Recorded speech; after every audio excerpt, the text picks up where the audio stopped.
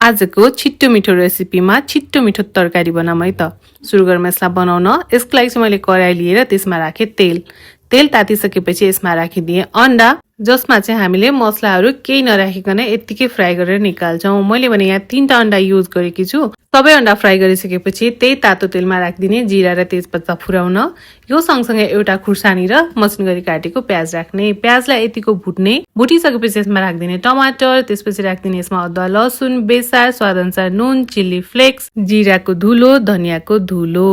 सबै सामानहरू राखिसकेपछि अब यसलाई एकचोटि राम्रोसँग चलाइदिने। यो मसलाहरूलाई भुटिदिने। भुटिसकेपछि अब यसलाई छोपेर सानो आगोमा 2 मिनेट पकाउने। 2 मिनेट पाक्दाखेरि यसमा रहेको टमाटर गलिसक्छ।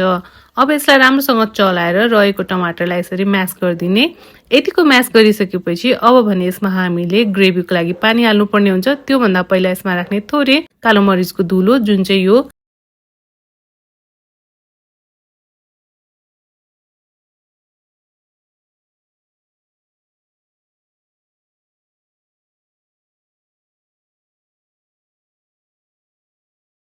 अझ धेरै पिरो खान मनपर्छ भने मसिनो गरी हरियो खुर्सानी काटेर राख्न सक्नुहुन्छ।